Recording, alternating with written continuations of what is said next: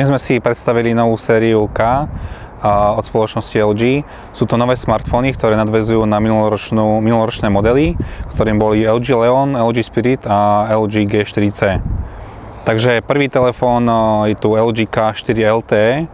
Je to priamy nástupca, ako som spomínal, minuloročného modelu LG Leon.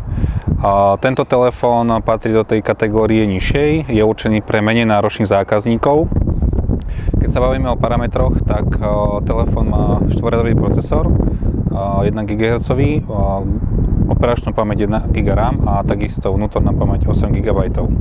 Fotoaparát pri K4 je zadný 5 megapixelový s bleskom a predný je 2 megapixelový. Môžeme vidieť, že tento telefón má nový zadný kryt s takou štruktúrou vrúbkovanou a je to hlavne kvôli lepšiemu uchyteniu pre toho zákazníka a takisto na tom kryte neostávajú otlačky prstov. Samozrejme, ostali sme taktiež pri tomto modeli s možnosťou vyberania batérie, respektíve vymeniteľná batéria, takže ten zadný kryt sa dá veľmi jednoducho dať dole a vidíme teda batériu, microSD kartu a pamäťovú kartu. Aká je kapacita batérie? Kapacita batérie 1940 mAh.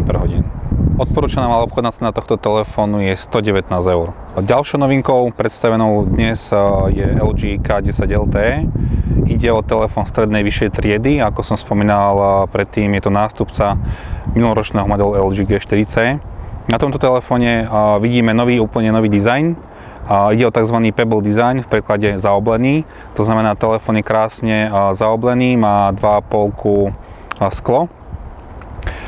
Čo sa týka parametrov, tak telefón disponuje 5,3 palcovým HD displejom. Procesor má štvorjadrový, ale samozrejme s vyšším taktom 1,2 GHz. Došlo k zlepšeniu operačnej pamäte, tam má 1,5 GB RAM. A čo sa týka vnútornej pamäte, tak je to 16 GB a opäť rozšíriteľná pamäťovú kartu.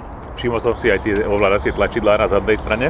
Áno, pri tomto telefóne máme opäť ovládacie tlačidlá hardwareové na zadnej strane, ktoré sa osvedčili a sú úspešné u všetkých zákazníkov, takže nechybajú ani v tomto telefóne.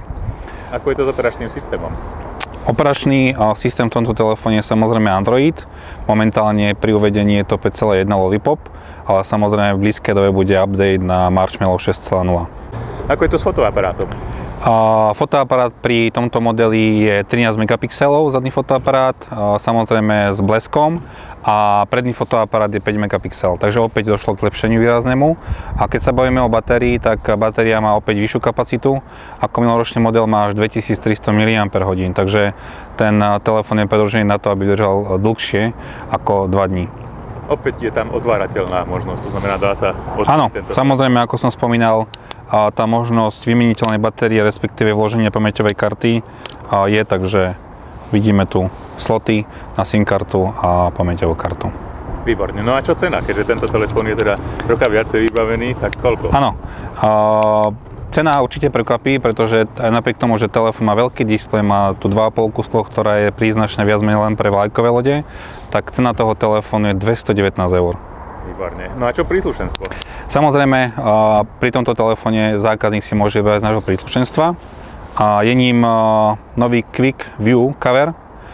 Vidíme tu priesvitnú časť toho krytu na prednej strane.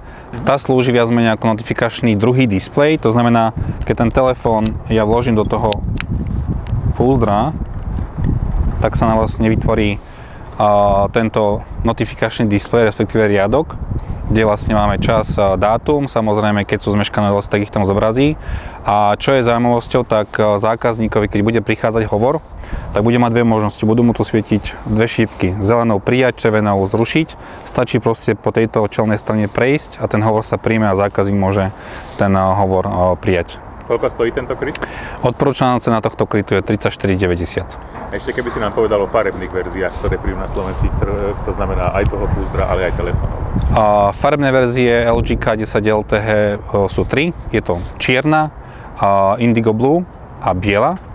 A keď sa bavíme o týchto Quick View coveroch, tak budú dve farby. Je to tá indigo blue a táto biela, ktorú vidíme teraz. Telefóny sú už na slovenskom trhu? Áno, telefóny sú už dostupné na slovenskom trhu a sú už v predaji.